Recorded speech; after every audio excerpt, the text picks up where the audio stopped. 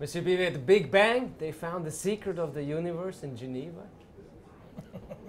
Do you Yes, remember? yes, of course. Are you going to tell us the secret about your Big Bang? What is the secret? Disruptive. Hublot is a disruptive brand because it's tradition and future. And if you bring the past and the future together, you have a new universe.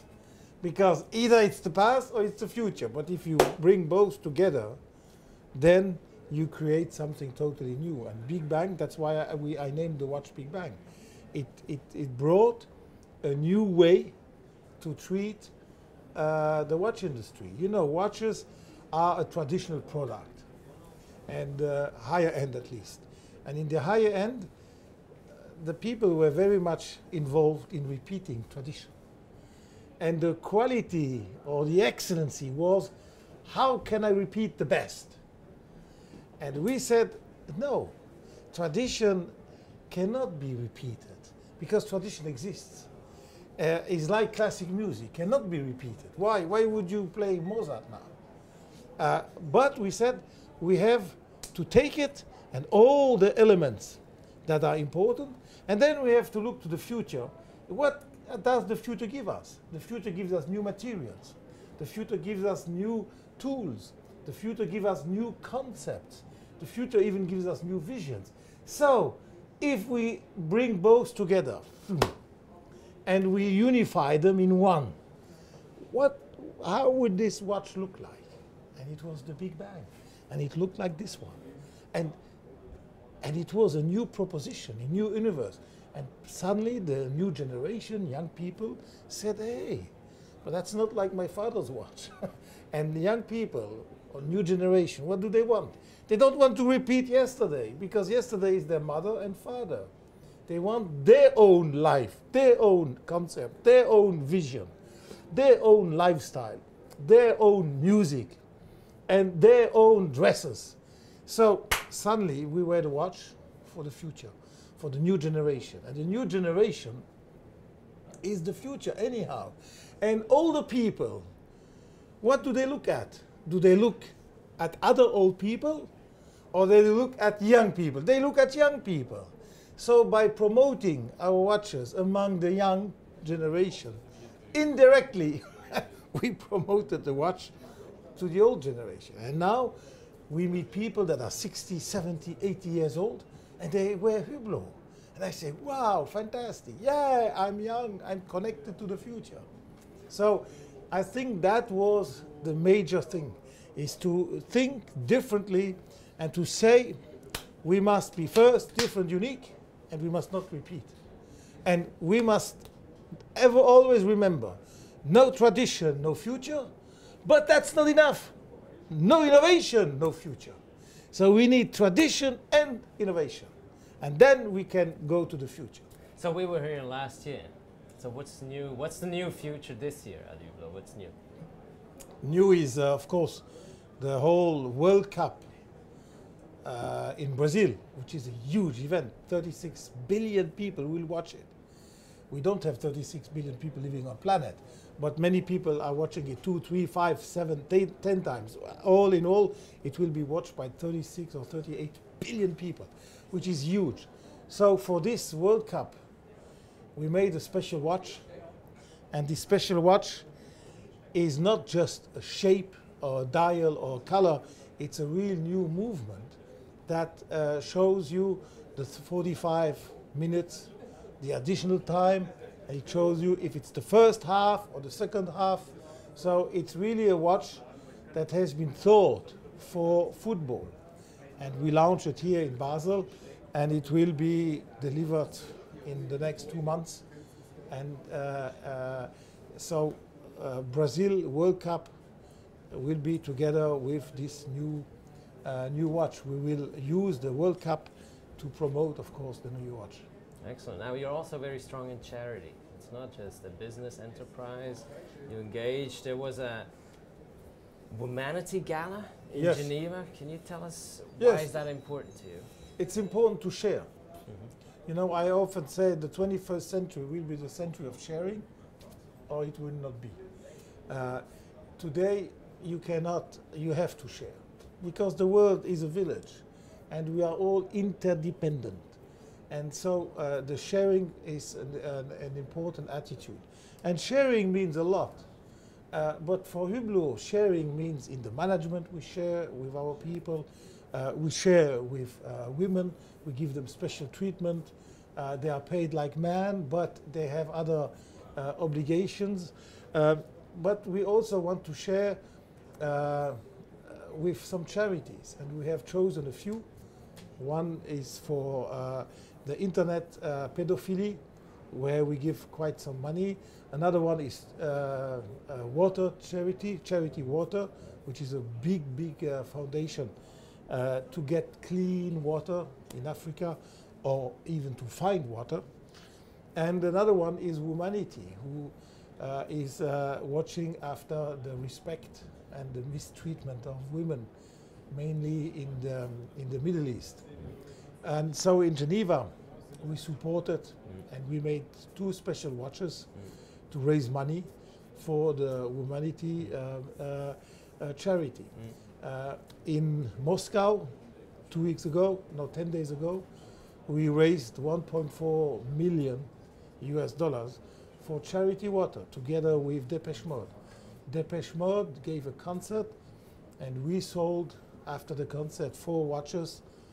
We auctioned 4 watches, and the 4 watches were sold for $1.4 million, which we totally donated to charity water. We also support the Ayrton Senna Foundation.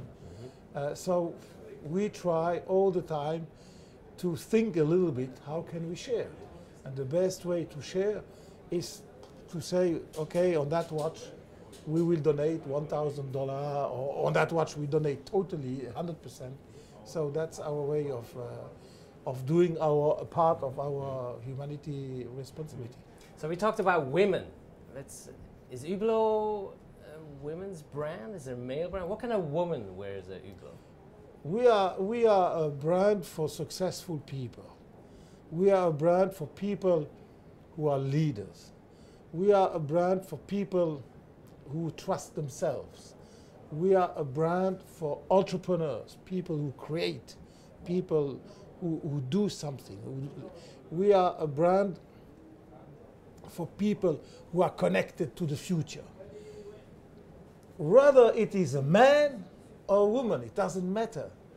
We are not racist. We don't say, hey, you are a woman, you are successful, you are creating the future, you trust yourself, but sorry, we don't have a watch for you. No, we have watches for anybody that is entrepreneur, that is successful. But every watch is in the same DNA. Every watch is in the same shape. So what's the difference? Yeah, sometimes, depending on the color of the material, depending on the precious stones, if it's not black diamonds but white diamonds, or if it is rubies, it might appeal more to women than to men. But basically, we do not have this typical racist say, this is a woman's watch, this is a man's watch. No, we would never say that. So we make watches, and some appeal more to young men, some more to older men, some more to young women, some more to old women. That's Hublot. But what is true is that today we are selling more and more styles that appeal to women, and we have now about 36% going to the women. So are you more about style or substance? Both. You know, the substance is anyhow there. The substance and the style has nothing to do. If you take a Ferrari, whatever the shape of the Ferrari is, it's still a 12-cylinder engine or 8-cylinder engine, whatever the shape. Right. You know, if it's a cabrio, if it's a whatever, you always have this basic engine, 8-cylinder, 12-cylinder. And the shape varies. So it's the same with Hublot. Shape or color or material can vary, but the substance is always behind the dial. That's where the engine is. So substance is given. It's always there. We talked about the young generation, the future, the online world. How important is the online, the internet, as a distribution output? You know, it's the best communicating tool at the end of the day. It's where we should concentrate the most. It's the number one. And I know we are quite weak at the moment. We are too weak. And it's difficult to recruit good people. Everybody talks internet, blah, blah, blah. But how many people are really good in that business? It's a new business. It's difficult to find good people. But I know, I'm very, not upset, but I'm a little bit disappointed with our activities. If we want to be what I all told you now, we should be permanently present on this social media. We should always be, and we are not enough, at least in my opinion. But we do efforts, but we have a lot to improve, and we will improve. It might take time, but we will improve. Yet you were one of the first to actually have an in-house TV. Yes, we still have. Yeah. But you know, we were the first to have an in-house TV. And what came next? Not much. So it was a one-shot important. It promoted us, it positioned us very high. We still have a lot of people on Facebook that are followers. We have, I think, the third biggest. We have the biggest number of friends on Twitter from all the watch brands. And Hublot is the first. So we are active. But again, I want to be more active. And I know you can be more active. But you have to devote time. You have to spend budgets. It's not just an easy thing. It's a real job. And in that real job, we need real experts. And many people are touching this social media. They have not a clue, you know. So we need real experts. And I'm looking for a real expert. And the day I have a real expert, you will see we will be booming. So in closing then, you're a luxury brand, and for you personally, today, what is the biggest luxury that you treasure? In my brand? No, for you personally, what is the biggest luxury? You know, for me personally, I'm not a good example because I have everything what people need. I have health, I have love, I have passion, and I have success. I think whoever has those 4 elements is in luxury. Luxury means to be healthy, luxury means to be loved, luxury means to have a passion that is driving you, and luxury means to be successful. If you have all the 4, you live in luxury. So I'm already living in the in the luxury planet. Great. On that note, thank you so much for the interview. Thank you. Yeah, thanks.